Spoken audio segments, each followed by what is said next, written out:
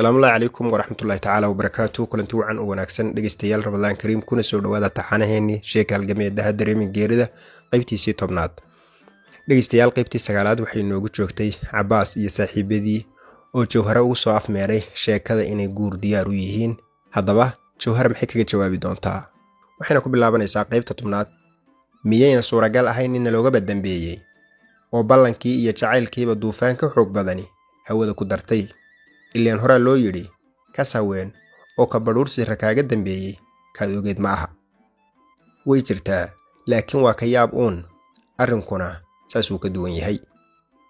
Jawhara dabuubtii u horeysay afkeeda ka soo baxday waxay noqotay hawraarsan iyo gudoon.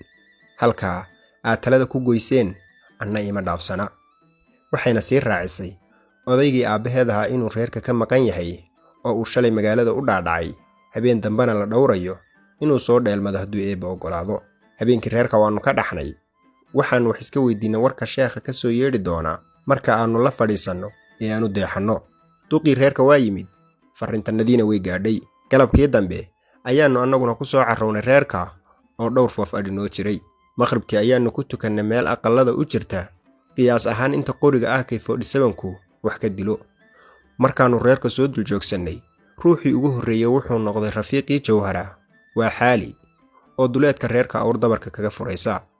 xog ogaal bay ahayde markaanu isnabdaadinay ayay cod dabacsan nagu tidhi halkiina iska jooga intaanu idinka yeedhi. wax yar kadib ayay nagu soo noqotay iyada oo sida fariin la soo faray falaas ahna lalminaysa. xaali egtanada ayay soo fadhiisatay. xogaa ayaanu halkii ku sheekaysanay reerka xaalkiisana way nooga warrantay. sheekhi wuu joogaa sidii munaasabka ku ahaa ayuu wax u socdaa.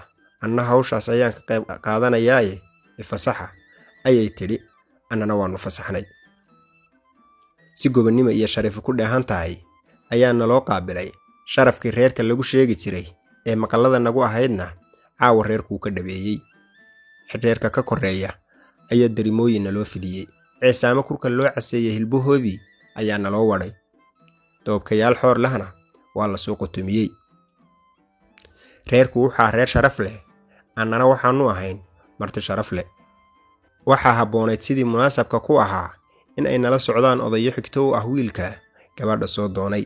waanu jeclaan lahayn siduu dhaqanku ahaa in aanu Jawhara u soo doonno, laakiin duruufaha halganka ayaan noo saamaxaynin siyaabo badan oo laftannada nala quruxsanayd. sheekhii Jawhara dhalay oo keligii ayaa meeshii noogu yimid oo gogoshii nagula soo fadhiistay. haybadda wadaadka saaran ayaa naga xishoodsiisay. salaantii aanu radinay mooyee wax kale waanu dhihi kari weynay oo hadalkiibaa nagu margaday. oo ma nin soo hor fadhiistay oon karaamadiisa la qarqarin baa jira. haba ka yaabin. sheekhu waa nin khiyaar ah oo aad u dabeecad wanaagsan. qadarinta iyo xushmadda uu bulshada ku dhex leeyahay waxaa ka badan jacaylka loo qabo ee uu ka kasbaday. carar kaftan u badan oo dhiirani aanu ka helay ayuu hadalkii noogu furay. wuxuu qisooday dhacdooyin hore oo waayo aragnimaduusi ay ku sintay iyo sheekooyin xiiso badan oo ku qotoma halganadii kan aanu u darbannahay ka horreeyey. intaa markuu noo dhammeeyey ayuuna su'aalay, warrama oo ugu horrayn magacyadiinna ii sheega. Faysal oo soo koobaya hadalka ayaa magacyadannadii u kala sheegay, ugana tibix siiyey qasadkii aanu ugu nimid iyo ninka gabadha ka calmaday. sheekhii ayaa hadalka qaatay oo yidhi, mahmaah ayaa ahayd nin gabadh kaa soo doontay wuxuu ku ammaanay 12 awow. sidaas darteed waad ku mahadsan tahay. isagoo hadalka sii wata ayuu Cabbaas su'aalay, adeer reerkiinni meeshuu degaa? markaasuu Cabbaas oo xishoonaya cod hoose ugu celiyey, jeedaalo ayuu degaa adeer. sheekh Cabdikaynaan ma taqaanaa? ayuu mar kale duqii weydiiyey. naftii huraha haawa adeerkay rumaad. ujeedka sheekhu malahayga waa inuu ogaado qabiilka naftii huraha oo si toosa inuu u yidhaahdo adeer qolamaa tahay ma wuxuu diiday ayaa jira. waa maya jawaabtu, balse wuxuu og yahay in qabiilku mamnuuc ka yahay jabhadda dhexdeeda. sidaa darteed waa inuu si kale oo uu ku ogaado su'aasha u dhigo. oo horta maxaa muhiimad ah oo ku jira ogaanshaha qabiilka? adba isweydii. intaa kadib sheekhii wuu aamusay malaha wuxuu su'aalo kale oo ilka case weydiiyo oo maxay noqon doonaan. Waxaan ka baqaynaa su'aalo kale oo haddii uu sheekhuna weydiin lahaa jawaabtoodu nagu adkaan lahayd. Waxaase iigu darnayd xaggeed ku dhaqan oo ay sii daba taallo sidee. Ugu dambayn waxaa afka sheekha ka soo baxday, waan idin aqbalay, waana isu meherin wiilka iyo gabadha. Kolkaasay jidhiidhaco tin iyo cidhib jidhkayga saaqday, ilmo farxadeed oo burburanna indhayga soo buuxisay, oo sheekhii ii hor fadhiyey aan la arki waayey. Muxuu saasoo dhan noogu wanaag falay duqu? Ugu yaraan muxuu xoolo noogu xidhi waayey ayaan isweydiiyey. oo ma qoriga iyo baylka jabadda ayaad siin lahayd mooyi. Xoogaalnimadiisa, diinta uu bartay iyo halganka uu raalli ka ahaa awgeed ayuuna noo weydiinin su'aalo badan oo la isweydiin karay.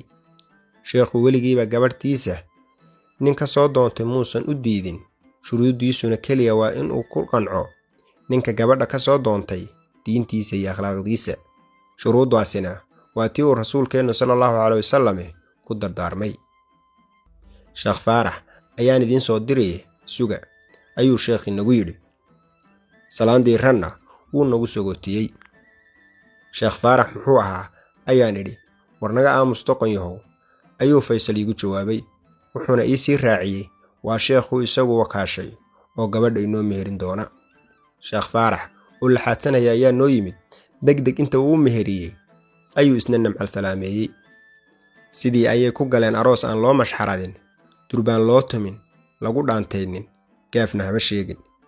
oo meher xad baynu maqli jirnay, kani ma aroos xad baa? Wax kale oo la yidhaahdo garan maayo. Muddo 10 habeen ah ayuu Cabbaas dheer habeenkiina caruus ku ahaa, maalinkiina annaga uu joogaha nala harsanayay.